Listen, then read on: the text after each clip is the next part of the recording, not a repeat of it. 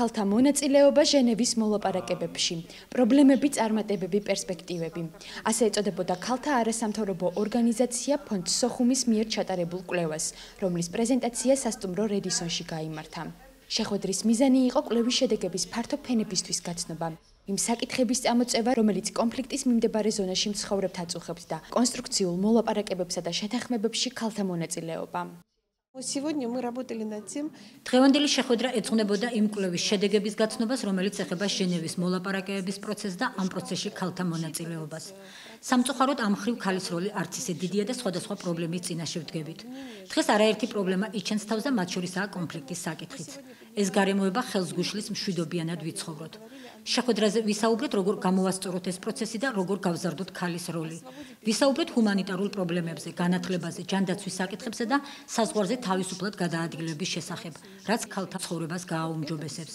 სამომავლოდ გეგმავთ გავაძლიეროთ ამ მიმართულებით მუშაობა და პარტნიორობის სახით ჩავთოთ სხვადასხვა არასამთავრობო ორგანიზაცია. ჩატარებულ კვლევაში სულ 18 ადამიანმა მიიღო მონაწილეობა.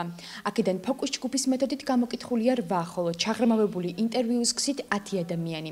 ეს არიან ის რესპონდენტები, რომელთაც კონფლიქტურ საკითხებთან უშუალო შეხება აქვთ. კვლევის შედეგებით გამოიკვეთა, რომ საზოგადოებაში ჟენევის მოლაპარაკებების შესახებ ინფორმირებულობის დონე მეტად დაბალია, რაც თავის მხრივ კონკრეტულ მიზეზებთანაა დაკავშირებული.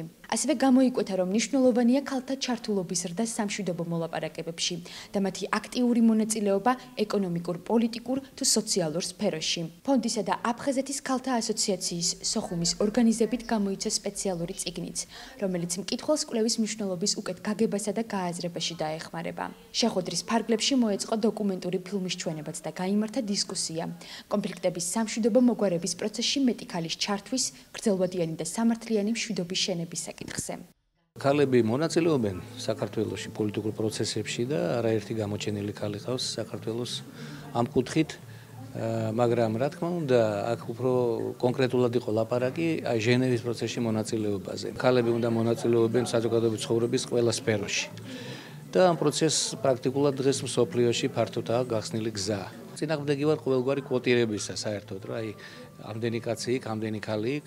კაცის და ქალიც უნდა იყოს იმ დონის მომზადებული, რომ თვითონ შეძლოს იმ ადგილის დაკავება, რომელიც მას ეკუთვნის. ეს იქნება ალბათ უფრო ყველაზე კარგი შედეგი და ვფიქრობ, რომ ჩვენი ქალები ამის შემძლენი არიან. ძირითადი ასპექტები, რომელიც იყო განხილული ამ კვლევაში, ის იყო რამდენად ინფორმირებულია დღეს საზოგადოება ჟენევის მოლაპარაკებების საკითხებზე, რამდენად არსებობს ინტერესი და მიაჩნია თუ არა მას, რომ მისი ჩართულობა უნდა იყოს უზრუნველყოფილი უფრო მეტად, ვიდრე ის არსებობს, თქვათ დღეს, რა სახის პრობლემები ან რა სახის საკითხები არის მიზანშეწონილი და სასურველი განიხილებოდეს ამ პროცესში, როგორ შეუძლია სამოქალაქო საზოგადოების წარმომადგენლებს უფრო მეტი გააკეთონ და თავისი სიტყვა თქვან ამ პროცესში და რა თქმა უნდა, რა სახის მექანიზმები არსებობს დღეს და როგორ შეიძლება ის ავამუშაოთ უფრო ეფექტურად, რომ ქალი ჩაერთოს ამ პროცესში გაცილებით უფრო ეფექტურად. კვლევა საინტერესოა ალბათ იმითაც, რომ მან ძალიან მკაფიო მრავალმხრივი რეკომენდაციები დადო, რომელიც რა თქმა უნდა ეს არის ჩვენთვის მექანიზმი ადვოკატირების, რომელიც მიეწოდება სხვა სახელმწიფო სტრუქტურის წარმომადგენლებს, რომ მუშაობენ ამ მიმართულებით და რომელიც იქნება გაჟღერებული უფრო ხმამაღლა უფრო დიდი პუბლიკის წინაშე. და იმედია, რომ ის თემა, რომელიც დღეს მეტნაკლებად მიჩუმათებულია, ცოტა კიდევ უფრო რეზონანსული გახდება და საინტერესო ჩვენი საზოგადოებისთვის. შეხვედრა გაიმართა შვეიცარიის კონფედერაციის, შვეიცარიის საგარეო საქმეთა ფედერალური დეპარტამენტის ადამიანური უსაფრთხოების განყოფილების მიერ მხარდაჭერილი ქართულ-აფხაზური ერთობლივი პროექტის ფარგლებში. პროექტს ახორციელებდნენ ფონდის სოხუმი და პარტნიორი ორგანიზაცია.